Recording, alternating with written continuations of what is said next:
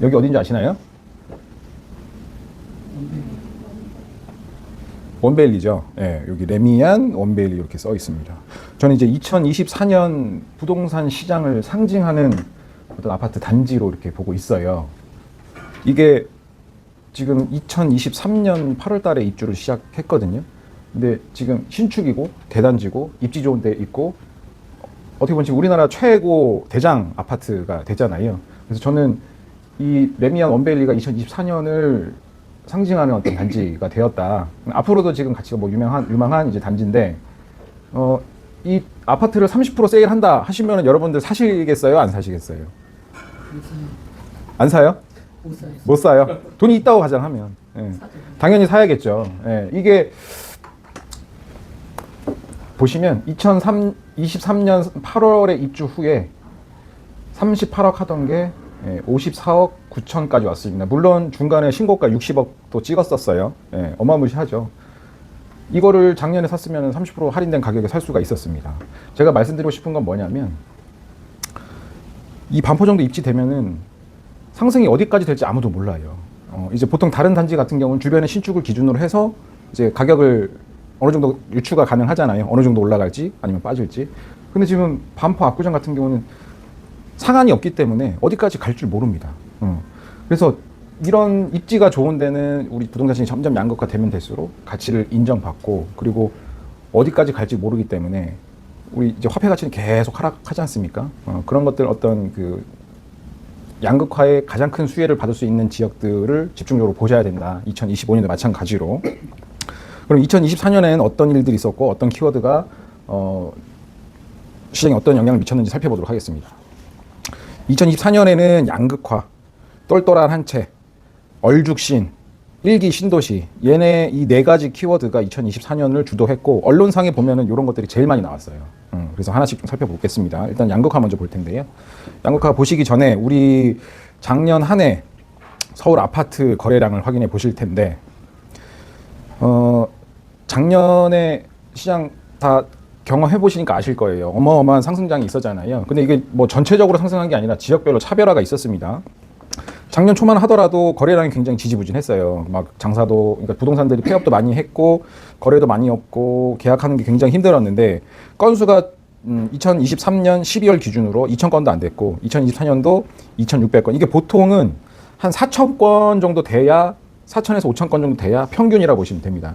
그 미치면은 거래가 되게 안 된다. 그 이상이면 거래가 좀 된다. 이렇게 보시면 되는데 3월 들어서 이제 평균치를 회복했고 5월까지 평균치라고 보면 되고 6월, 7월, 8월 막 미친 장세를 보여줬습니다. 이때 지금 지역적으로 차별화 장세가 심하게 벌어지면서 우리가 흔히 얘기하는 최상급지들 그런 데는 다 이제 신고가 쓰면서 계속해서 올라갔죠. 그리고 9월부터는 어떤 일이 있었을까요? 그렇죠. 예, 대출 규제가 이제 있었죠. 이거는 이제 금융감독기관에서 대출 규제한 게 아니라 금융감독기관에서 구두로 은행마다 너네 알아서 자율적으로 규제해 하니까 이제 뭐 주담대도 제한하고 뭐 다주택자 대출 제한하고 해서 그때부터 거래가 급감하기 시작했습니다. 급감하고 그 수준을 계속 유지한 상황인데 실제로 우리 거래되는 거 보면 거래량이 이렇게 줄었음에도 불구하고 최상급지들은 계속해서 신고가 쓰고 있어요. 특히 정비사업 하고 있는데 뭐 우리 지금 예를 들어서 뭐 목동, 여의도 그리고 반포도 마찬가지고 그리고 뭐 일단 주요 입지의 정비사업지 뭐 한남, 성수 포함해서 잠실도 마찬가지고 주요 입지의 정비사업지들은 다 계속해서 신고가 쓰고 있습니다. 오늘도 보니까 목동 신고가 썼고요. 그리고 며칠 전에 이제 잠실 주공 5단지도 신고가 썼고요. 계속해서 지금 정비사업지들이 계속해서 지금 신고가를 쓰고 있더라고요. 점점 이제 양극화 된다는 증거 중에 하나고 지금 이 지도 보시면 2021년에서 2022년 최고점을 찍었을 때 대비해서 가격 비율을 나타낸 건데 지금 성동구, 서초구, 강남구, 송파구는 신고가를 찍었죠. 이게 지금 작년 9월 기준으로 했을 때 이제 그 지도인데 이미 용산구까지 해서 지금 다 신고가를 돌파한 상황입니다. 100 이상 됐고 지금 노도강은 아직도 헤매고 있고 얘네는 회복도 못한 상태에서 엊그저께 기사 보니까 얘는 지금 하락으로 또 전환되기 시작했더라고요. 이것만 보더라도 노도강은 뭐 이제 거의 대명사가 됐죠. 안 오르는 대명사. 그러니까 얘네는 이미 경기도의 주요 어떤 입지들 분당이나 광명이나 하남이나 과천이나 이런 데보다 지금 이제 네임밸류가 아주 떨어지는 게 이제 명확해졌습니다. 그러니까 서울이라고 다 좋은 게 아니라 차별적으로 접근을 하셔야 된다. 양극화가 되면 될수록, 그리고 얘네는 이제 2014년도부터 2024년도까지 평당 아파트 가격, 평균 가격을 나타낸 건데, 위에 게 지금 서초구, 강남구, 가운데 게 송파구, 밑에 게 노원구, 도봉구입니다. 2014년부터 2024년까지 부동산 시장은 계속 상승과 하락을 반복하면서 계속 진행이 되어 왔는데, 이 상급지 같은 경우에는 상승할 때는 제일 먼저 치고 올라가고, 하락할 때는 가격 방어력이 우수해요. 잘 이제 가격을 지켜줍니다. 그리고 나서 하락장에서 또 상승장으로 전환하잖아요.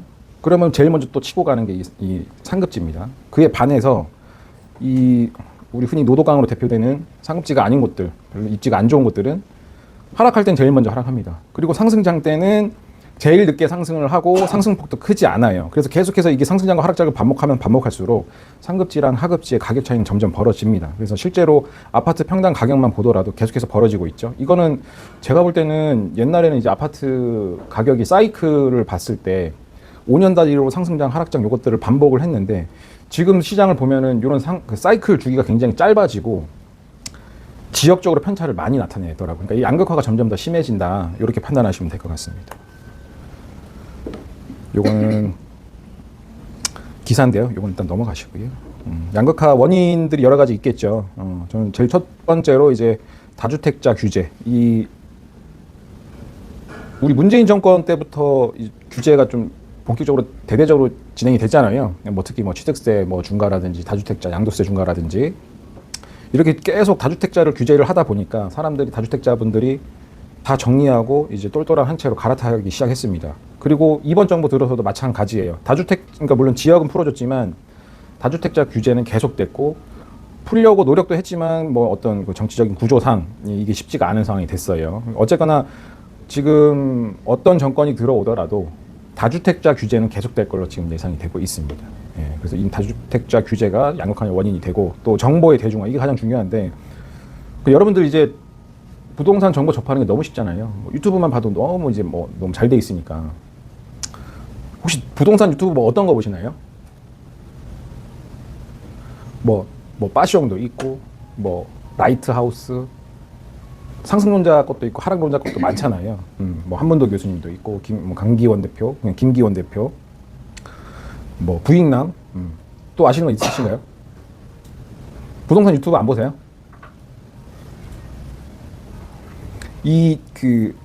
워낙 정보가 다양하고 잘 돼 있기 때문에 우리는 이제 이런 정보들을 쉽게 접하면서 정보가 대중화되어 있어요. 그래서 어떤 게 좋은 건지, 어떤 게 나쁜 건지, 어딜 가면 돈을 벌 수 있는지 다 알잖아요. 그래서 사람들이 몰리는 데만 몰리게 돼 있습니다. 청약도 마찬가지고. 그러다 보니까 양극화가 점점 더 심해지는 것 같아요. 네. 이거는 앞으로도 더 심해질 겁니다. 우리 대한민국 서울도 이제 어떤 이제 글로벌 트렌드가 굉장히 이제 선진국 대도시들 있잖아요. 뭐 파리, 런던, 뭐 홍콩, 도쿄도 마찬가지고, 뉴욕 이런 데 보면은 얘네들은 계속해서 가격이 올라가는데 그 외에 다른 지역들은 이제 좀 지지부진한 하락을 면치 못하는, 양극화가 도시마다 다 그렇게 진행이 되고 있고, 서울도 마찬가지로 그렇게 갈 겁니다. 우리가 대표적으로 일본의 부동산 시장을 많이 이제 보시는데, 일본이 도쿄만큼은 그래도 계속해서 가격이 올라가는 상황입니다. 집값이 뭐 폭락하네, 뭐 하네, 뭐 잃어버린 30년이네 이렇게 막 맨날 얘기하더라도 도쿄 집값은 계속 올랐고 지금도 올라가는 중이에요. 그래서 이 양극화는 계속되고 우리나라도 글로벌 트렌드에 맞춰서 그렇게 될 것이다. 그렇게 보시면 됩니다. 그리고 대부분 이제 신축 대단지를 선호하시잖아요. 뭐 4세대 아파트로 대표되는 뭐 이제 얼죽신, MZ세대들도 즐겨 찾는, 이게 커뮤니티 시설이 잘 되어 있고, 그리고 이제 뭐 인프라가 또 잘 되어 있고, 대단지고 커뮤니티 이런 것 많이 잘 되어 있는 이런 대단지들을 선호하게 되니까 다들 그런 쪽으로만 몰리게 되는 것 같아요. 그리고 또 한 가지는 주택의 신분화. 이거는 조금 슬픈 현실인데, 사람들이 이제 어디 사느냐에 따라서 어떤 보는 관점이 달라지는.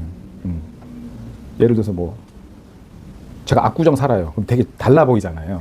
예. 제가 원베일리 살아요. 되게 달라 보이지 않습니까, 사람이? 근데 어디 뭐 저기 혹시 파주 사시는 분 계시나요? 나 파주 살아. 이러면은 뭐 그거 가지고 이 사람을 판단하는 거 좀 웃기지만, 뭐 같은 모임에 있는데 누구는 어디 살고 누구는 어디 사느냐에 따라서 어떤 보는 관점이 달라지는 어떻게 보면 참 안타까운 현실이죠. 이게 주택이 신분화됐다는 게 그리고 또 우리나라 사람들이 이런 것도 즐깁니다. 어디 사는지에 대해서 굉장히 자부심도 있고 먼저 자랑하기도 하고 이 사람들이 보는 눈이 달라지기 때문에 이 주택의 신분화도 양극화의 원인이 돼서 실질적으로 보여지는 것에 굉장히 좀 신경 쓰시는 분들은 최대한 좋은 단지, 무리해서라도 좋은 단지 이런 데로 들어가시려고 많이 하시죠. 그래서 이런 원인들로 인해서 양극화가 진행됩니다. 2024년에도 양극화가 굉장히 진행이 됐고 양극화가 진행되면 될수록 이제 크게 세 가지 키워드에 대해서 보시면 될 것 같아요. 학군, 직주근접, 부자들이 선호하는 단지. 양극화가 되면 될수록 요 세 가지 키워드를 보시면 집값이 올라가는 데가 보이실 겁니다. 특히 학군. 학군은 좋은데 어디 있어요? 혹시 대한민국 5대 학군 어딘지 아시나요? 3대 학군은 아세요? 어딜까요? 대치, 목동, 중계동. 맞아요. 5대는 어딘지 아세요? 아니에요. 분당 아니에요. 뭐 대치 근처입니다. 잠실하고 반포까지 해서 5대 학군이에요. 근데 지금 중계동은 많이 죽었고 또 신흥학군으로 떠오른 데가 있어요. 어딘지 아시는 분? 마포 대흥역 주변에. 예. 거기가 이제 신흥학군으로 떠오르고 있는데 중계동은 사실 많이 죽었습니다. 제 아는 지인이 중계동에서 이제 학원 원장을 했었는데 거기를 접고 마포로 가더라고요. 마포 우리 동마포라고 하죠. 뭐 이제 레미안 푸르지오 그리고 이제 뭐 마포 프레스티지자이 뭐 신촌그랑자이 거기 다 몰려 있잖아요. 마포 신축 대단지들이. 거기 거주하시는 분들이 대부분 이제 뭐 광화문 쪽으로 이제 출퇴근을 많이 하시고 거기가 원래 다 쓰러져가는 그러니까 빌라촌이었어요. 빌라촌에 막 단독주택 밀집지 저층주거지였는데 거기가 싹 다 정비되고 새로 아파트들이 들어오면서 주거 환경이 개선이 되니까 학군이 자연스럽게 좋아지는 그런 현상을 이제 우리가 목도하는 겁니다. 그래서 학군도 이제 주택시장이 양극화되면 될수록 우리가 최근에 가족 구성원들 숫자가 굉장히 줄어들잖아요. 애도 많이 안 낳고 결혼도 많이 안 하고. 그러니까 학생들이 점점 줄어들게 되니까 학교 없어지는 것도 되게 많고 막 통폐합되는 데도 많고 그리고 이제는 학교 새로 신설되는 게 너무 어렵게 됐잖아요. 지금 올림픽 파크 포리온도 사실 중학교가 신설되기로 했었잖아요. 그죠? 근데 이게 잘 안 됐습니다. 얼마 전에 또 한남 3구역에 원래 초등학교 신설이 되기로 했었는데 교육청에서 안 해준다고. 그래서 이제 서울시에서 좀 다시 이제 설득하려고 하는 것 같은데 학교가 생겨나는 게 너무 힘들어요. 기존에 있는 학교들도 없어지는 마당에 누가 학교를 다시 세우냐. 그래서 결론적으로는 이런 학군이 좋은 곳으로 계속해서 몰리게 됩니다. 그러니까 유명한 학교는 학생 수가 점점 늘어나고 있고 그렇지 않은 학교는 학생 수가 점점 줄어서 통폐합이 되거나 사라지기도 하는. 그래서 학군지를 눈여겨볼 필요가 있다. 그리고 직주근접은 뭐 다들 아시겠지만 출퇴근이 편리한데 교통이 좋은데 그리고 이제 큰 이제 어떤 업무지구랑 붙어 있는데 뭐 흔히 얘기하면 우리 광화문이나 강남이나 여의도 이게 3대 도심이라고 하잖아요. 여기에 우리 고소득 직종의 어떤 그 직장들이 많고 그 주변으로 해서 또 이제 아파트 가격들이 괜찮아요. 뭐 강남이야 뭐 말할 것도 없고 여의도도 바로 옆으로 제거축 밑으로 노량진 흑서까지 좋은 주거 단지가 이제 형성되겠죠. 그런 곳들. 그리고 뭐 광화문 같은 경우에는 뭐 지금 경희궁자이가 가격 굉장히 잘 받쳐주고 있잖아요. 경희궁자이는 하락장에서도 거의 안 떨어졌어요. 지금 광화문 거기가 우리나라 원도심이잖아요. 근데 거기가 이제 굉장히 오래되다 보니까 그 아파트나 이런 게 없습니다. 그 주변으로 해서 이제 아파트들이 생기게 되면은 그 주변에 생긴 아파트들은 굉장히 가격이 좋아요. 보면은 이제 뭐 광화문 주변으로 신당이나 뭐 부가현 뉴타운이나 이런 데는 나중에 정비사업해서 이제 아파트가 되면 가격이 매우 우수하겠죠. 그런 데를 또 보셔야 되고. 근데 이제 직주 근접에 대해서 이제 양극화가 심해지면은 그런 곳들이 이제 부각을 받을 텐데 이 업무지구도 좀 레벨이 있습니다. 우리가 3대 도심이라고 하는 그 업무지구는 괜찮은데 그 외적으로 뭐 구로 디지털 단지라든지 그리고 이제 뭐 어디 뭐 좀 경기도 가면 산업단지들이 많잖아요. 그런 데라든지 이런 데는 사실 이제 직주 근접의 어떤 효과를 누리기는 굉장히 미약하다. 그리고 그러니까 뭐 직업에 귀천이 있는 건 아니지만 상대적으로 소득 수준이 이제 좀 떨어지기 때문에 우리는 소득 수준이 좀 있는 대기업들이 많이 포진해 있고 거기에 이제 그 직장인들이 거주할 만한 아파트들을 보셔야 된다. 그리고 가장 중요한 거는 이제 부자들이 선호하는 단지. 어떻게 보면 뭐 오늘의 핵심이라고 볼 수 있는데 부자들이 선호하는 단지는 어떤 데일까요? 부자들이 어디 살아요? 한가한별. 보면은 우리 최고급 주거 형태 아파트들 있잖아요. 뭐 예를 들면 한남더일, 나인원 한남, 뭐 갤러리아 포레, 뭐 PH129, 에테르노 청담 많이들 들어보셨잖아요. 이런 것들이 다 한강변에 있어요. 물론 대치동, 뭐 방배, 목동 다 잘 살고 괜찮지만 정말 찐 부자들은 이제 한강변에 이제 몰리게 되어 있습니다. 우리가 예를 들면 강남을 보더라도 이게 명확히 나눠지는데, 강남 보면은 여기 코엑스, 삼성역, 선능역, 역삼역, 강남역, 이 테헤란을 주변으로 회사들이 굉장히 많잖아요. 이 주변에도 아파트들이 좀 있거든요. 근데 이 주변의 아파트들이 가격이 얼마나 하는지 아세요? 생각보다 별로 안 나갑니다. 강남에 있는 아파트지만 생각보다 별로 안 나가요. 왜 안 나가냐면 여기 주변에 있는 아파트들은 직주 근접에 최적화되어 있는 단지들이기 때문에 결론적으로 여기 아파트 사시는 분들은 직장인들이에요. 물론 고소득의 직장인이긴 하겠지만 정말 부자들, 돈 많은 사람들은 어디로 가냐? 압구정이나 반포를 가겠죠. 최근에는 반포로 많이 가셨고 대치를 가시던가. 결론적으로 정말 부자들은 이 프라이빗하고 주변에 녹지가 풍부하고 그리고 주변에 인프라가 잘 되어 있는 곳, 생활하기 편리한 곳, 이런 데를 선호합니다. 그래서 우리나라 최상급지가 될 곳, 압구정, 반포, 여의도, 이촌동, 한남 뉴타운, 성수, 잠실 한강변까지, 저는 이거를 단톡방에서도 맨날 얘기하는데 압반, 여의, 한성, 잠 이렇게 7군데를 얘기를 하거든요. 저는 양극화가 되면 될수록 이 입지는 계속해서 부각이 될 겁니다. 특히 여기는 부자들이 선호하잖아요. 부자들이 서울에만 있는 건 아니잖아요. 부자들은 지방에도 많습니다. 사실 저희 고객님들 중에 4분의 1, 3분의 1은 다 지방분들이세요. 지방에서 올라오셔서 여기에 이제 투자들을 하신다는 거죠. 그래서 그 지방에 있는 분들도 다 알아요. 이분들은 이제 여기 돈을 태우는 이유가 내가 여기 돈을 파킹해서 수익을 많이 벌어야겠다 보다도 내 큰 자산 중에 일부를 여기에 그 파킹함으로써 안전하게 지키고 싶은 욕심들이 더 강합니다. 그래서 우리 돈 있는 사람들이 더 돈을 번다고 소득 수준도 점점 양극화 되잖아요. 양극화 되면 될수록 이쪽에다가 돈을 많이 태우게 될 거고, 앞으로도 대한민국 서울은 계속해서 여기는 계속해서 부각을 받을 겁니다. 그 양극화의 그 최대 수혜지가 될 겁니다. 그래서 저는 개인적으로 이 입지에 들어갈 수 있으면 무조건 들어가는 게 맞고, 이 입지에서만 움직이시더라도 돈은 계속해서 번다, 이렇게 말씀을 드려요. 2024년도 다르지 않았습니다. 이 양극화로 인해서 지금 보시는 입지들이 계속해서 가격을 신고가를 써나갔고, 지금도 신고가 쓰고 있고, 지금 사실 신축은 지지부진은 아니고 뭐 보합 정도의 시세를 보여주고 있지만 정비 사업지들은 계속해서 신고가 쓰고 있습니다. 그다음 키워드 똘똘한 한 채. 뭐 이거는 이제 다주택자 규제와 맞물려 있는 얘기죠. 아까도 말씀드렸지만은 예전에는 그러니까 다주택자 전략이 유효하던 때가 있었어요. 대세 상승장.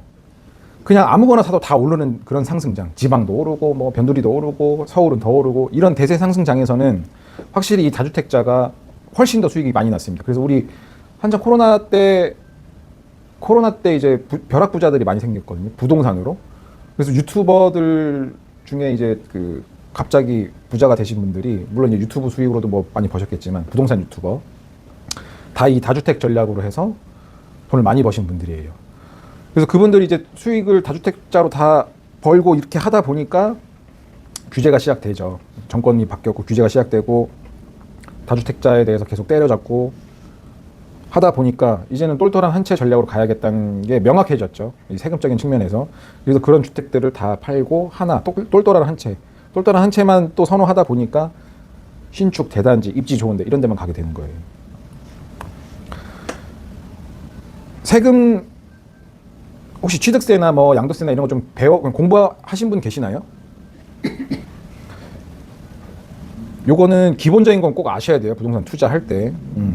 일단은 다주택자가 굉장히 안 좋은 게 취득세, 종합부동산세 이런 부분은 굉장히 안 좋은데, 조정대상 지역, 비조정대상 지역 따로 해서, 조정대상 지역은 두 번째 주택 취득할 때부터, 조정대상 지역 어디일까요 지금? 용산구, 강남 3구 이렇게 4개밖에 없습니다. 두 번째 주택을 이 4개 구에서 매수를 하게 되면 8%대입니다. 그리고 주거 전용 면적이 80으로 넘어가면 9%. 그리고 3주택제는 12%대예요. 너무 비싸죠. 그럼 법인은 그냥 1주택부터 12%입니다. 법인은 이제 주택 투자하기가 굉장히 힘든 시대가 됐어요. 저도 법인은 있는데, 법인 2개인데 하나는 놀고 있어요. 이런 뭐 너무 이제 힘들기 때문에 법인으로 하는 거는 이제 공시가 1억 미만의 뭐 이런 것들 아니면 상가 같은 것들. 그리고 종합부동산세도 마찬가지입니다. 지금 1주택자, 그러니까 1세대 1주택 같은 경우에는 12억까지 공제를 하고 그 이상의 공시가 기준으로 그 이상에 되는 부분에 대해서 종합부동산세를 내잖아요. 근데 이제 다주택자, 그러니까 3주택부터 원래는 2주택이었어요. 이게 바뀌었습니다. 정부가 바뀌면서 3주택부터 세율이 확 올라가요. 그러니까 이제 공제 금액은 2주택제부터 9억까지 공제가 되고 3주택제부터는 9억 공제하고 남아있는 금액에 대해서 세율이 확 올라갑니다. 그래서 결론적으로는 다주택자 전략을 계속 가지고 가면 이런 보유세 부분에서 굉장히 이제 마이너스를 많이 나기 때문에 수익률이 급격하게 저하가 됩니다. 그래서 이제는 다주택자 전략은 저는 지금도 다주택자 전략을 하고 있거든요. 저는 이제 대세 상승장만 기다리고 있는데 애로사항이 많습니다. 지금 뭐 바로 이제 전세 사기 이슈 때문에 역전세가 나고 지금 역전세 때문에 계속해서 돈이 들어가고 그리고 종합부동산세 때문에 이제 머리 아파요 진짜. 이거를 저는 이제 사실 애초에 워낙 좀 싸게 샀기 때문에 물론 제가 가지고 있는 것들이 좋은 것들은 아니에요. 조그마한 것들 이제 뭐 갭 투자로 몇천 안 들어가는 것들 1억 내외 이런 것들을 가지고 있는데 전국적으로는 지금 다주택자 전략이고 대세 상승장을 기다리고 있는데 그 기다리는 게 지금 저는 지금 들어서 뼈저리게 느끼는 게 전략을 잘못 선택하지 않았나 그런 생각을 또 많이 최근에 이제 갖고 있습니다. 그래서 종부세 계속 맞으면 힘들어요. 진짜 힘들어요. 뭐 한두 해야 뭐 이렇게 어떻게 해서 짜내서 이렇게 하겠지만 이거를 계속 가지고 간다는 것 자체가 스트레스입니다. 그래서 종부세 같은 경우 법인은 또 공제 없이 바로 이제 다주택 세율을 가지고 갑니다. 그래서 1주택만 하더라도 2.7%, 3주택부터 5%. 특히 법인으로 주택을 소유하고 있으면 너무 무섭습니다, 종부세가. 그래서 법인으로 이제 부동산 투자하는 시대는 끝났다. 뭐 나중에 정책이 바뀌지 않는 이상. 그리고 똘똘한 한 채로 가는 이유 중에 하나가 이제 다주택자 대출 규제 때문이죠. 이것도 완화가 된 거죠. 규제 지역 같은 경우에는 투기과열지구죠. 투기과열지구 같은 경우에는 이제 무주택 기준으로 LTV 50%, 다주택자 기준으로 LTV 30%, 비규제 같은 경우에는 무주택 70%, 다주택 60%. 근데 이제 생애 최초 같은 경우에는 최대 80%까지도 나옵니다. 그래서 생애 최초를 안 쓰신 분들은 요거 꼭 쓰시는 게 좋아요. 근데 최대 6억까지밖에 안 됩니다. 그래서 이런 건 좀 잘 판단하시고 이제 선택을 하셔야 됩니다. 그래서 똘똘한 한 채 전략은 앞으로도 계속 유효할 거예요. 그래서 지금 뭐 조기 대선이 거의 뭐 확정적으로 이제 보이는데 아마 규제는 좀 더 심해질 겁니다. 그리고 어떤 데가 된다 하더라도 다주택자는 계속 규제할 겁니다. 그리고 대출 규제도 마찬가지예요. 왜냐하면 우리나라가 그 GDP 대비해서 개인 부채 비율이 굉장히 높은 나라예요. 저는 그거에 좀 뭐 할 말이 많지만 정부에서는 그걸 이제 굉장히 리스크로 생각하기 때문에 대출 규제는 계속 할 겁니다. 그리고 다음 키워드 얼죽신, 얼어 죽어도 신축. 뭐 이게 작년에 나온 말 같아요, 그죠? 얼죽신, 얼어 죽어도 신축. MZ 세대가 만든 용어죠. 예. 이거를 보통 4세대 아파트라고 보시면 됩니다. 대형 단지에 커뮤니티 시설 어마무시하게 잘 되어 있고 조식 서비스 나오고 보시면 뭐 수영장 있고 헬스장 있고 골프장 있고 조식 서비스 나오고 이런 것들이 갖춰져 있는 아파트를 선호하는데 요즘에는 커뮤니티 시설이 굉장히 다양하고 진짜 장난 아니더라고요. 보니까 조식, 중식, 석식, 영화관, 공연장, 아이스링크, 수영장, 클라이밍장, 펫놀이터, 키즈카페, 게스트하우스, 도서관, 독서실, 음식물 처리 시설 뭐 별의별 게 다 들어가 있습니다. 그래서 이제는 진짜 회사만 뭐 재택근무 하시는 분들은 단지 밖을 나갈 일이 없어요. 단지 내에서 모든 거 다 해결할 수 있으니까 얼마나 편합니까, 그죠? 저라도 이런 데 살고 싶을 것 같아요. 다들 이런 데 살고 계시잖아요, 그죠? 아닙니까? 앞으로 이런 데 사셔야죠, 그죠? 이런 데들을 선호하다 보니까 이런 데로만 이제 계속해서 몰리게 됩니다. 뭐 최근에 이제 뭐 나중에 설명하겠지만은 디퍼 어딘지 아세요? 개포에 이제 DH 퍼스티어 아이파크 이제 구평 기준 한 35억 하는 데인데 작년에 입주했어요. 거기가 6,700세대인가 그런데 그때 당시에 보통 입주장 하면은 전세가나 매매가나 떨어지기 마련이거든요. 그럼 깜짝 놀랐어요. 떨어지질 않아. 근데 지금 이제 올림픽 파크 포레는 12,000세대거든요. 지금 올림픽 파크 포레도 지금 똑같은 현상을 겪고 있습니다. 입주장에 영향이 거의 없더라고요. 이제 신축 대단지 같은 경우는 너무 선호도가 높다 보니까 가려고 하시는 분이 워낙 많다 보니까 실제로 가격이 안 떨어지고 오히려 올라가는 그런 현상들이 발생하고 있더라고요. 그리고 지금 올림픽파크 포레온 네이버 매물 검색해보면 전세 띡 눌러보면 동일 매물 묻기 딱 하면 막 수백 개가 떠요. 근데 진짜 현장을 가보잖아요. 물건이 그만큼 없어요. 거의 없다 보시면 돼요. 그러니까 거기 나와 있는 것들은 부동산들이 그냥 일부러 이제 자기 이제 광고죠. 이제 전화 받기 위한 용이고 실제로 나와 있는 물건은 많지가 않더라고요. 그리고 이제 또 많지가 않다 보니까 이제 가격이 안 떨어지는 거지. 아무튼 얼죽신, 얼죽신을 선호한다. 그래서 지금 얼죽신도 입지가 좋고 그런 데를 더 선호하겠죠. 그래서 우리 청약 경쟁률, 이제 신축이 될 대박을 꿈꾸면서 우리 많이들 하잖아요. 혹시 청약 올해 작년에 계속 도전하셨던 분 계시나요? 청약들은 안 하세요? 저희 방에서 작년에 이제 DH방에 되신 분들이 한 3분 정도 나왔어요. 그분들 한 10몇 억씩 다 버셨죠. 원펜탄스 같은 게 뭐 20억 정도 벌었나? 청약이 사실 로또입니다. 그죠? 로또보다 더 좋다고 하잖아요. 그래서 경쟁률이 어마무시하게, 이것도 다 양극화야. 이게 투기과열지구 그리고 분양가 상한제를 적용하다 보니까 투기과열지구에 그런 청약이 있다. 그러면 다 거기만 몰리니까 난 돈이 없어도 상관없어. 그냥 무조건 넣고 보는 거야. 그죠? 그 만약 당첨되면은 사실 어디서 돈 끌어올 수는 있잖아요. 뭐 공동 투자를 하시던가 뭐 이런 식으로 해서 끌어올 수는 있으니까 되기만 해도 뭐 십수억씩 벌 수 있으니까. 그래서 이제 청약 경쟁률도 굉장히 양극화되어 있다. 얼죽신을 선호하기 때문에 입지가 좋은 신축을 이제 또 청약을 많이 이제 하겠죠. 그래서 서울이랑 나머지 지방을 비교해 보면 어마무시하게 차이가 납니다. 서울에 해야 돈이 든다는 걸 알죠. 대부분.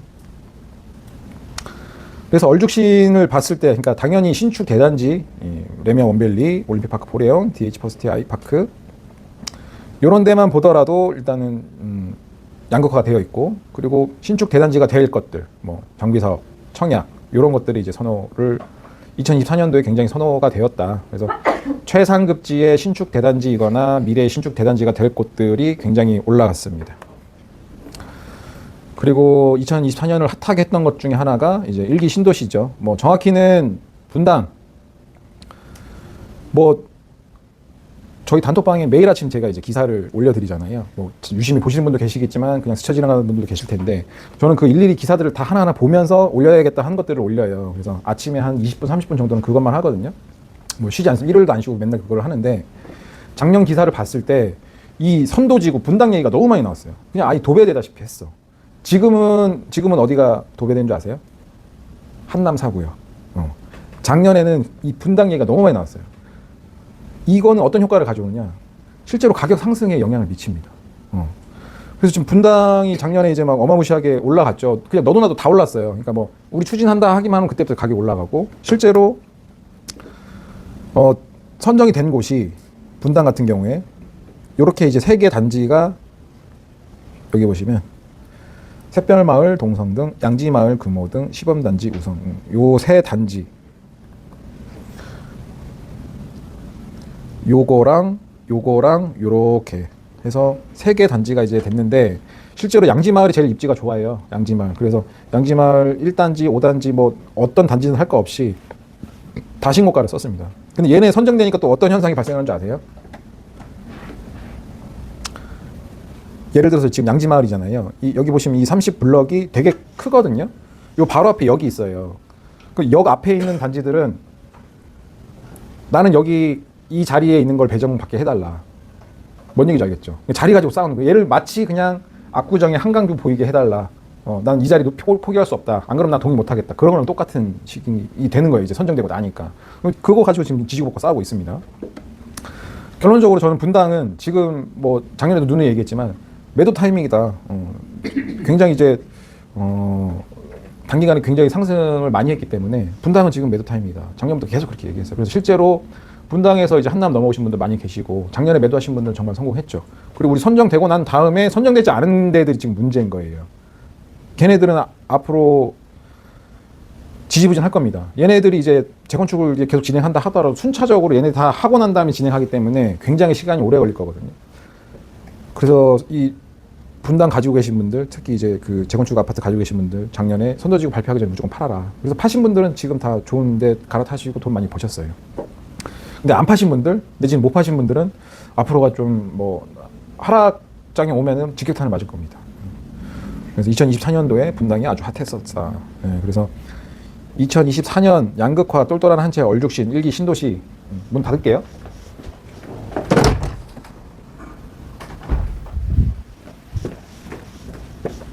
이 키워드가 핫했고 결론적으로 이 키워드를 토대로 2025년은 어떤 키워드들이 있는지 좀 보겠습니다. 경기 침체, 똘똘한 한 채, 그러니까 양극화 똘똘한 한 채 얼죽신은 앞으로도 계속될 겁니다. 추가적으로 2025년도에 어떤 것들이 있느냐?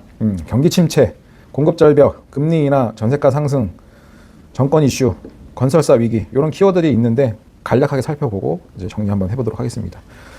제일 무서운 거죠.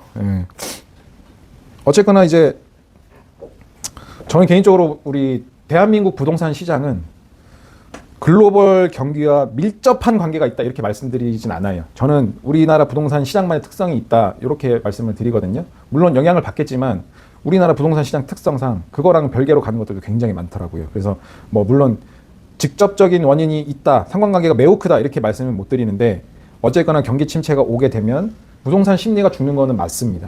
그게 이제 직접적으로 수요에 영향이 미치기 때문에 경기가 굉장히 중요한데 지금 원화 가치가 뭐 장난 아니잖아요. 지금 달러가 지금 얼마죠? 1,470원? 그 정도 할 거예요. 굉장히 단기간에 굉장히 많이 올랐죠. 여러 가지 뭐 이슈들이 있었지만 그것도 있고 물가 어마무시하게 상승하고 수출이 증가, 작년에 수출이 굉장히 좋았어요. 근데 지금 올해부터는 좀 둔화가 될 겁니다. 이런 것도 좀 문제고 그리고 이제 그 이분이 이제 당선이 됐잖아요. 이분이 이제 맨날 얘기하는 게 굉장히 보호무역주의잖아요. 우리는 미국의 큰 어떤 수출 시장이고 굉장히 의존도가 높은데 관세 같은 것들 이제 하다 보면은 사실 우리나라는 직접적으로 피해를 많이 받는 나라지 않습니까? 특히 뭐 이제 뭐 2차 전지라든지 반도체라든지 우리나라 핵심 국가가 밀고 있는 그런 산업들이 직접적으로 타격을 받기 때문에 당연히 경기에 큰 영향을 미치게 되죠. 그리고 탄핵 국면으로 되면서 내수가 굉장히 이제 침체가 됐어요. 그래서 지금 뭐 경제가 엄청 위기다, 뭐 안 좋다, 최악이다 이런 얘기들 많이 하잖아요. 실제로 그렇습니다. 그렇고 우리나라 2025년 경제 성장률을 예상해 보면 옛날에는 뭐 3%대도 있었고 뭐 4%대도 있었는데 지금은 2%도 감지덕지입니다. 2% 작년에는 마이너스였고요. 2%, 1.67%, 한국은행 1.9%, 기획재정부 1.8%. 보통 이제 기획재정부가 그러니까 정부에서 발표하는 거에 거의 한 80% 정도가 실제로는 찍힙니다. 그러면 우리나라는 1.8%도 성장을 못 한다는 거예요. 그리고 대부분 경제 전문가 85%는 2025년 경제 성장률이 2% 달성하기 어렵다고 전망했습니다. 매우 어렵다. 이 경기가 침체되면 결론적으로 부동산 이제 수요에 심리적인 영향을 많이 미칩니다. 예, 그래서 내가 집을 사야겠다. 근데 이제 경기가 좀 안 좋다 보면 다음에 사자. 내려갈 수도 있으니까 좀 지켜보자. 이렇게 바뀌게 되는 거죠. 그리고 또 어마어마한 위기들이 지금 계속해서 진행이 되고 있습니다. 건설사 위기. 이게 가장 큰 원인은 그 고금리 기조가 계속해서 유지가 됐기 때문이에요. 예. 어쨌거나 건설사들은 이제 건설 경기가 좋아야 되는데 건설 경기는 예를 들어 시행사 입장에서 내가 이거를 개발을 하려고 하는데 대부분 PF 대출, 그러니까 내 돈 없이 거의 90% 이상을 대출로 활용을 해서 짓게 되거든요. 근데 대출이 한 90% 되다 보니까 금리가 올라가면 올라갈수록 비용이 어마무시하게 이제 늘어나는 거예요. 그러다 보니까 시행사들이 이제 시행을 안 하고 억지 시행을 해가지고 지어놨는데 또 분양도 안 되고 이러다 보니까 건설사들이 계속해서 지금 위기에 몰려 있고 고금리가 지속되고 그에 반해 이제 인건비 올라, 자재비 올라, 뭐 여러 가지 공사비가 굉장히 올랐잖아요. 우리 한 2년 전보다 한 30% 올린 것 같아요. 예. 실제로 지금 우리 정비 사업에 굉장히 밀접한 이제 영향력을 미치고 있고, 지방 부동산이 엄청 침체가 된 상황이고 PF 조건이 굉장히 강화됐습니다. 옛날에는 내 돈 10%만 있으면 나머지 90%는 대출을 다 됐는데 이제는 한 50%는 있어야 나머지는 대출이 됩니다. PF 조건이 굉장히 강화됐습니다. 그래가지고 결론적으로 레고랜드 사태 아시죠? 이게 최초로 시작되면서 그러니까 최초로 시작된 건 아니죠. 여러 가지 이제 위기들 계속 이제 막 버티고 있다가 이 레고랜드 사태가 촉발이 된 거죠. 그래서 지금 뭐 중간중간에 안 넣습니다만 별의별 그 건설사들이 많이 무너졌습니다. 뭐 신일건설, 뭐 또 어디야 금호건설도 지금 되게 안 좋고요. 그리고 작년에 이제 태영건설이 이제 또 법정관리 들어갔잖아요. 그리고 롯데건설도 유동성 위기가 와가지고 지금 뭐 어디 그 어디지? 어디야? 시그니엘 이제 담보 잡고 뭐 이렇게 얘기한 그 얘기 들으셨죠. 제가 정확히 담보를 잡았는지 그건 모르겠는데, 그리고 지금 서초동에 롯데칠성 부지도 매각을 한다고 해요. 그러니까 그만큼 이제 이 유동성 위기로 인해서 건설사들 굉장히 힘들다, 줄도산 사태다. 그리고 얼마 전에 신동아 건설이 법정관리 들어갔습니다. 파밀리에 아시죠?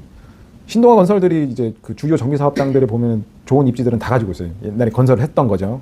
굉장히 이제 저력 있는 건설사인데, 심지어는 흑자임에도 불구하고 영업이익은 있는데 이게 이자로 내는 게 너무 많다 보니까 결론적으로 법정 관리에 들어갔습니다. 얘네뿐만이 아니고 오늘 아침에 기사 보니까 경남 2위, 경남권에 2위 하는 이제 건설사 대저 건설이라고 있거든요. 거기도 이제 법정 관리 들어갔습니다. 앞으로 줄줄이 계속 나올 거예요. 근데 제가 봤을 때는 지방의 어떤 그 지방에 있는 건설사들은 거의 뭐 한 절반 이상은 굉장히 힘들 겁니다. 지금 그리고 우리나라 뭐 탑 건설사들은 그래도 해외에 나가서 수주하고 하기 때문에 그나마 버틸 수 있는 거고, 그리고 대형 건설사들도 지금 그 뭐 조직 개편을 하고 있대요. 구조조정 계속 하고 있고, 저희 고객님들 중에서도 뭐 포스코 다니는 분 계시고 현대 다니시는 분도 계시는데 계속 구조조정 하고 있다고 합니다. 포스코는 돈도 많아요. 그런데도 계속해서 이제 구조조정하고 그만큼 상황이 안 좋다. 얘네가 결론적으로 이제 큰 2025년도에 어떤 리스크가 되겠죠. 근데 또 반대로 건설사들이 이렇게 망하잖아요. 그러면 공급 부족으로 옵니다. 건설을 안 하게 되니까 공급이 없어지는 거죠. 공급 부족이면은 집값 상승의 요인이 또 되겠죠. 맞춰서 공급 부족, 공급 절벽. 여러분들 이제 우리나라 부동산, 이제 서울을 기준으로 적정 수요가 몇 채인지 아시나요? 여기 보시면 5만, 뭐 5.6만 뭐 쭉 이렇게 있잖아요. 이거 어떤 데도 마찬가지인데 인구수의 0.5%로 계산하시면 편합니다. 지금 서울 시민이 한 950만 정도 되거든요. 거기에 0.5%면은 뭐 한 4만 뭐 한 8천 가구 정도. 그러니까 서울 기준으로 4만 8천 가구가 매년 필요한 거예요. 그게 적정량이라고 보시면 되는데, 여기 보시면 이게 이 라인이 빨간색 라인이 적정 수요예요. 근데 입주량 25년은 그나마 좀 괜찮아요. 근데 26년부터 아주 없습니다. 물론 이게 다 집계된 건 아니지만 떨어지는 건 사실입니다. 많이 부족하죠. 이것만 볼 게 아니라 수도권 주택 착공 준공, 우리 인허가 착공 준공 데이터가 계속 나오잖아요. 인허가 같은 경우, 인허가 데이터는 5년 후의 수요를 예측하면 됩니다. 인허가 같은 경우에는. 그리고 착공 같은 경우에는 3년 후에 입주 물량이라고 보시면 돼요. 근데 이게 중요한 게 인허가를 다 받았다고 해서 5년 뒤에 그게 다 입주 물량이 되는 건 아니에요. 착공도 마찬가지예요. 착공 물량이 이 정도 있다? 그러면 3년 후에 다 이게 입주 물량으로 되느냐? 그렇지 않다는 거예요. 그래서 지금 수도권 보시면 지금 24년 착공 물량, 요 희미한 게 착공이고 진한 게 준공이에요. 착공, 준공 다 줄어들고 있습니다. 그러면 이거만큼 25, 26, 27년은 줄어든다는 얘기겠죠. 그만큼 이제 지금 공급이 굉장히 줄어들고 있다. 지방 따로 얘기는 안 드릴게요. 그래서 결론적으로 예상 물량이 지금 급감합니다. 24년, 25년부터 급감하기 시작해요. 26년 더 심하고 27년, 28년도 마찬가지입니다. 공급이 이렇게 부족하면은 당연히 집값 상승의 어떤 요인이 되겠죠. 이게 2025년부터 시작이 됩니다. 공급 절벽이. 건설사 위기, 공급 절벽 심화 일으키고, 인허가를 받더라도 착공이 지연됩니다. 착공 후에도 유동성 위기 이런 것들이 있으니까 공사가 또 지연되잖아요. 아까 말씀드린 것처럼 인허가를 받더라도 5년 뒤에 전부 다 이제 입주 물량이 되는 게 아니고, 착공을 하더라도 3년 뒤에 전부 다 입주 물량이 되는 게 아니다. 지금 이런 상태는 향후에도 계속 지속될 전망입니다. 언제 풀리느냐? 부동산이 대세 상승을 일으켰을 때, 그때 진행이 된다고 보시면 됩니다. 그리고 금리 인하. 이분 누군지 아세요? 파월, 제롬 파월. 네. 연방준비은행 의장이죠. 트럼프가 임명을 했습니다. 얘네 최근에 좀 막 싸우고 있어요. 금리 인하나 마나 뭐 이런 거 가지고 싸우고 있는데, 결론적으로 지금 우리 금리 인하가 25년부터 본격적으로 될 걸로 예상을 했는데 4회를 예상을 했는데 지금 2회로 인하할 거다 이런 예상이 대세죠. 그리고 얘네들이 인하를 하면 한국 금리도 당연히 영향을 미치겠죠.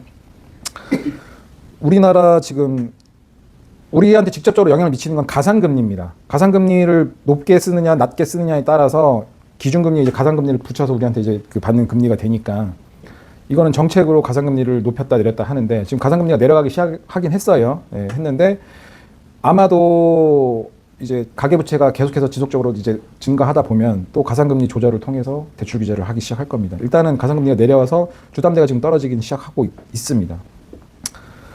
여기 보시면 변동금리 떨어진다. 그리고 얼마 전에 기준금리 3% 동결됐죠. 예. 이게 기준금리가 동결된다 하더라도 이제 가산금리로 조절할 수 있고 그리고 기준금리는 계속해서 내리기가 좀 부담스러워요. 우리나라 아직까지도 미국이 한참 1.5%나 낮은 상태고 미국보다 낮아야 미국보다는 높아야 정상인데 이제 연속적으로 인하하기는 좀 부담스럽습니다. 그리고 중요한 거 올해 7월부터 이제 스트레스 DSR 3단계가 시작이 됩니다. 지금 2단계가 지금 적용이 되고 있죠. 우리 연소득 기준으로 1억 정도 된다. 그러면 대출을 받을 수 있는 금액이 한 7억 정도 됐었어요. 근데 스트레스 DSR 2에 2단계가 적용이 되니까 이게 한 6억 5천으로 줄었고요. 이게 3단계가 시행이 되면 한 6억 초반으로 또 줄어들 겁니다.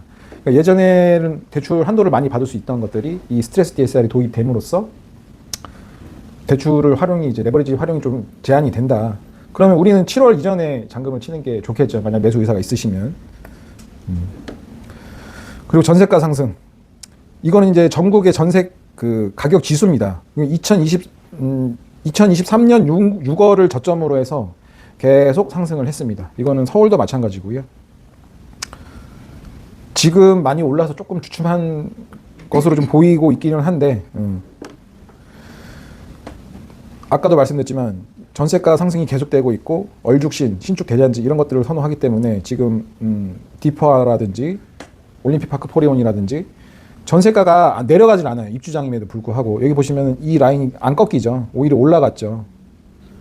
얘네도 처음에 좀 내려갔다가 다시 원상복구해서 전세가가 계속 탄탄하게 유지가 되고 있습니다. 실제로 아까도 말씀드렸지만 현장에 가보시면 전세 물건이 거의 없어요. 과거와는 다르게 신축 입주장에서 전세 시세가 탄탄하게 받쳐주고 오히려 얘네들이 이제 전세가 탄탄한데 그 주변에 있는 시세들이 조금씩 떨어지는 그런 효과가 지금 나타나기 시작했습니다.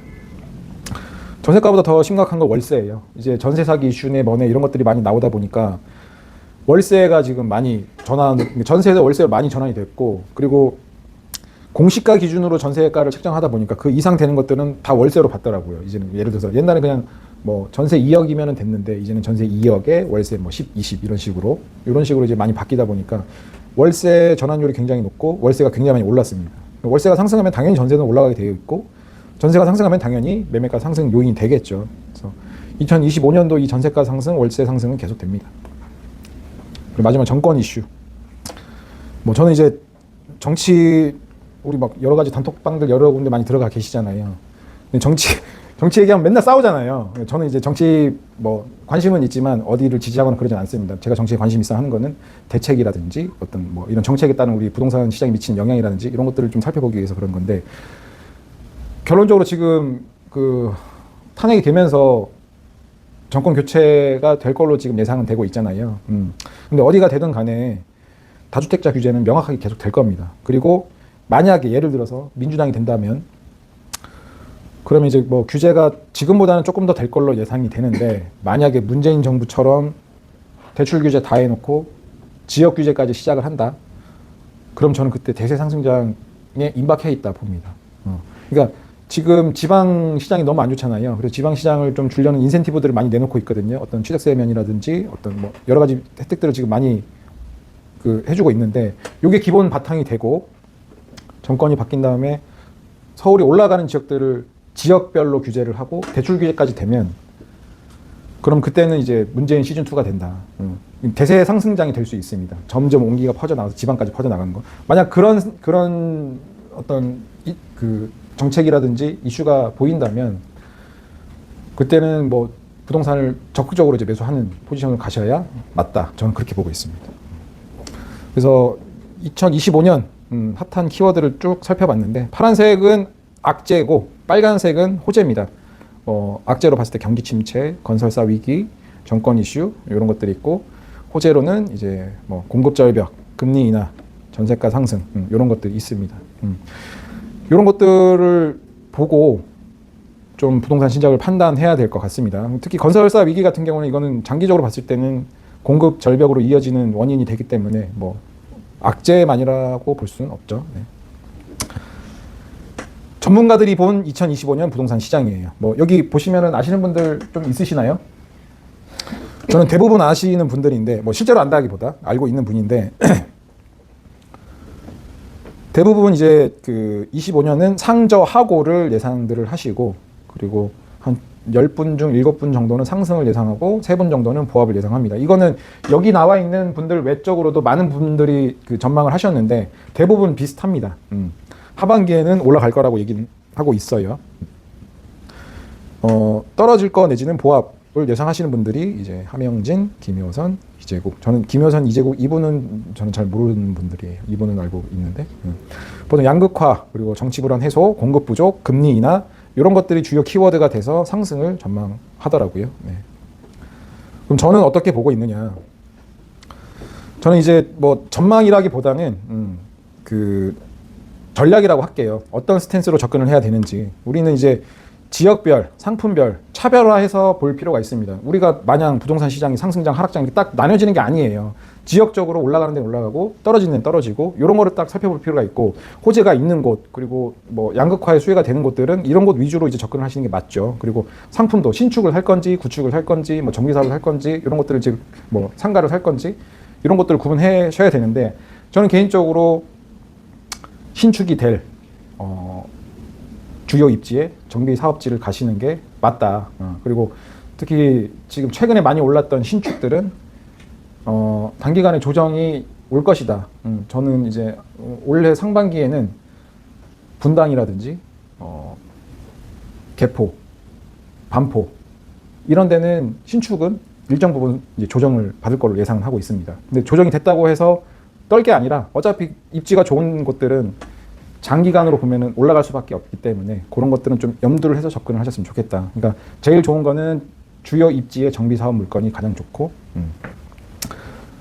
그리고 어차피 한 해 한 해 전망하는 건 사실 의미가 없습니다. 예, 부동산은 어쨌거나 장기 투자 상품이기 때문에 뭐 좋은 상품으로 꾸준히 오랫동안만 들고 가시면 백전백패 필승입니다. 예. 아까 말씀드렸던 앞반, 여의, 한성장, 압구정, 반포, 여의도, 이촌, 한남, 성수, 잠실 위주의 정비 사업 위주로 보시면은 괜찮고 특히나 올해 이제 뭐 지금 오세훈 시장이 대권을 도전해서 그런지 몰라도 큰 거 하나 던져주고 갔어요. 토지거래 허가 해제 가능성이 이제 얼마 전에 나왔잖아요. 이 토지거래 허가가 되면은 어떤 효과가 있느냐? 지방에 있는 부자분들이 매수가 가능합니다. 갭 투자도 되고 특히 뭐 예를 들면 다 주요 입지에 있잖아요. 그럼 신축 같은 거는 전세가도 높고 하니까 실제로 들어가는 금액이 생각보다 이제 크진 않거든요. 그런 게 이제 또 상승할 수 있는 요인이 되는 거고 저는 개인적으로 지금 토지거래 허가가 해제가 된다면 제일 좋게 보는 게 성수 그리고 목동 그리고 대치동 이렇게 봐요. 목동하고 대치동을 좋게 보는 거는 거긴 그래도 이제 학군이라는 게 존재하기 때문에 전세가율이 높습니다. 구축의 임에도 그런 것들이 좀 올라가지 않을까 저는 이렇게 보고 있으니까 성수, 여의도도 마찬가지고 여의도보다는 목동이나 대치동이 굉장히 유효하다. 그리고 지역 규제 아까도 말씀드렸죠. 지역 규제랑 대출 규제가 같이 규제를 시작하게 되면 대세 상승의 전조가 되기 때문에 그때부터는 좀 매수하는 포지션으로 보셔도 매우 좋다. 결론입니다. 이게 지금 2023년도에 2024년을 전망한 전문가들이 이제 이렇게 쭉 나와 있어요. 결론적으로는 맞추신 분이 거의 없다 보시면 됩니다. 그러니까 이 얘기를 하는 이유는 뭐냐면 전망은 사실 큰 의미가 없다. 부동산 시장 이분들이 지금 어마무시하게 공부 열심히 하시고 잘하신 분들이잖아요. 다 어디 경제계에서 다 뭐 큰 역할을 하시는 분들인데 똑똑하신 분들이란 말이에요. 이런 분들이 5만 가지 데이터를 가지고 분석을 한다 하더라도 결론적으로 전망대로 되는 건 거의 없더라. 전망보다는 대응이 중요하고요. 그리고 우리는 부동산은 장기 투자 상품이기 때문에 좀 장기적인 접근을 가지고 들어가시면 한 해 한 해 전망하는 거에 연연할 필요가 없습니다.